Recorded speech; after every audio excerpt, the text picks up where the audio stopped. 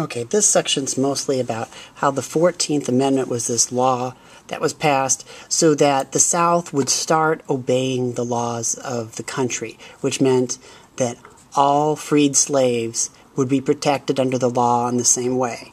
So this meant that slaves could vote. That means men, though, not women.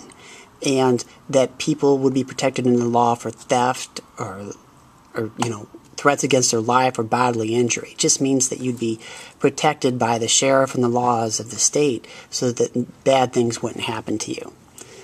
But in the South, it didn't work out that way.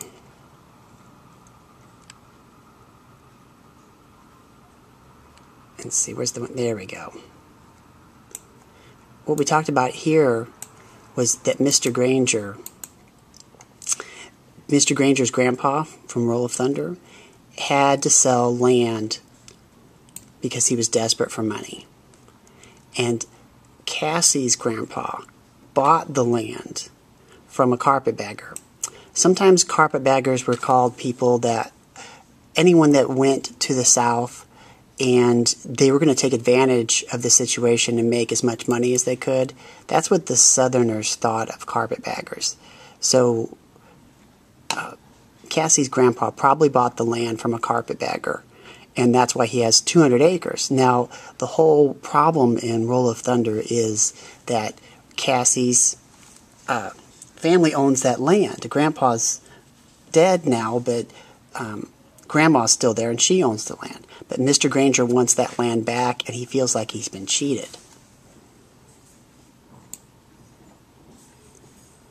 Okay, where it says this thing about the Jim Crow laws. And it says here that Jim Crow laws were the laws that the South passed that did mainly three things. That means that black and white people went to different schools. See there for number one? So basically went to different schools. Two, they made it hard. Okay, see where it says polling taxes? That means they made it really hard for black people to register to vote. So they either caused a tax which was too hard or too expensive for people to register to vote, which is supposed to be free, or people who had not gone to school and didn't know how to read were not allowed to vote. So in this way, the South was able to keep people from voting by saying you need to pay this amount of money as a polling tax. Polling mean the place where you go to vote. So basically, this was just a way for them to keep blacks from voting. And the third law, it says it was banning interracial marriage. That means only white people could marry white people, and only black people could marry black people. Okay, so there's those notes. Okay. Okay, and this was that brutality. I think we have to say this has to do with Emmett Till. That the Ku Klux Klan, when somebody would do something like Emmett Till did, they would be lynched, which means they'd be hung from the neck until dead. And the Ku Klux Klan is that organization that we talked about that wore like white sheets and hoods, and they would organize together, and if somebody, one of the black families did something they didn't like, then someone from that family might get hung, or worse. In Roll of Thunder, someone gets burned. At the end of Rolling Thunder, someone's almost hung. There's lots of really bad things that happened. So if you just put that in kid language. Now, if you just retell the story of Emmett Till, and that's just the story of Emmett, the boy from Chicago who went to visit his family in Mississippi for the summer. So he's going to stay there for a while. His mother at first didn't want him to go. She understands about Jim Crow laws, that there's a culture in the South where it's very dangerous if you don't understand the culture. And Emmett Till didn't, because what he ended up doing was whistling at a white woman at a store. And the white woman's husband and his brother drove to Emmett's uncle's house, burst into their house, told Emmett's uncle to stay in bed, and they dragged Emmett Till out, kidnapped him, and killed him, and threw him in a river. And because it was the South, it's Money, Mississippi, they didn't think they didn't even did anything wrong. So I'll put a link in there for that. But remember, the all-white jury found them not guilty. And even though later we find out that those two men had bragged about doing that. Just put that in kid language. It doesn't have to fill the whole thing. Then I ask you this. What does all this information have to do with Rosa Parks and the bus boycott? And what you'd probably want to say here is that most kids will say that, oh, this let people sit anywhere they want on the bus. It's more than that. Rosa Parks was risking danger to her life by refusing to give up her seat. We saw what happened to Emmett Till, and this happened about the same time.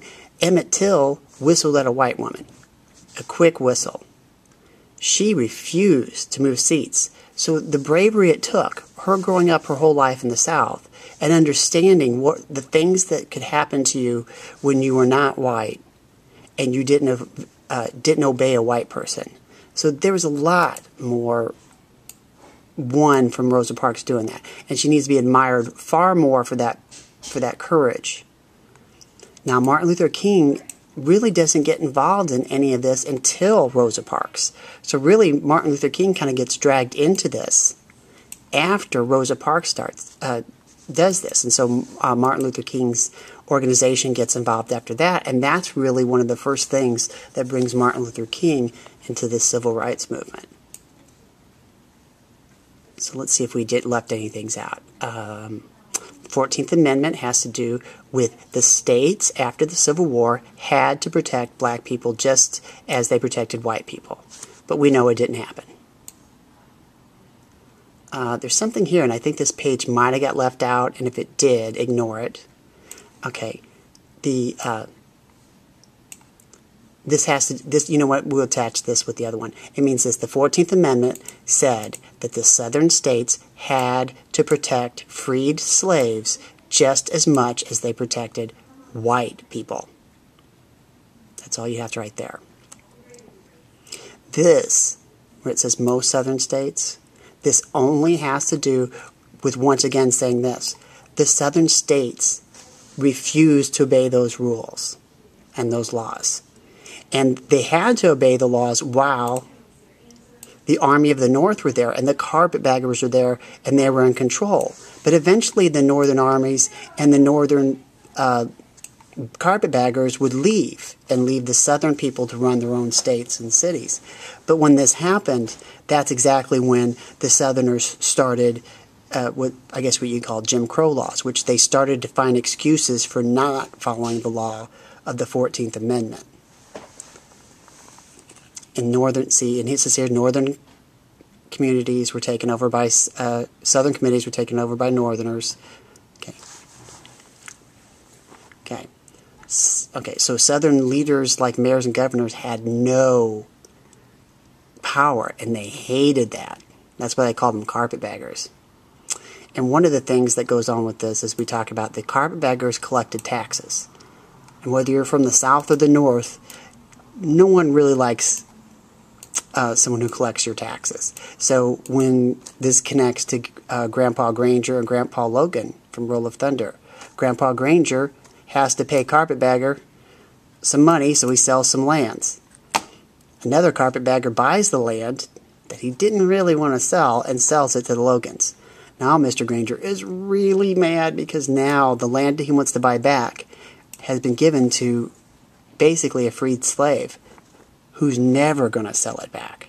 So now Mr. Granger and then his son and his grandson make it their life's work to try to buy back all the land they lost. So that's a huge part of that book. Okay, so this goes back to from after the Civil War all the way up through the 50s and 60s. Jim Crow laws were designed to keep people from being protected under the law. So the South would make up excuses so why they wouldn't let black kids go to school with white kids and things like that. And to keep people who were supposed to be able to vote from voting.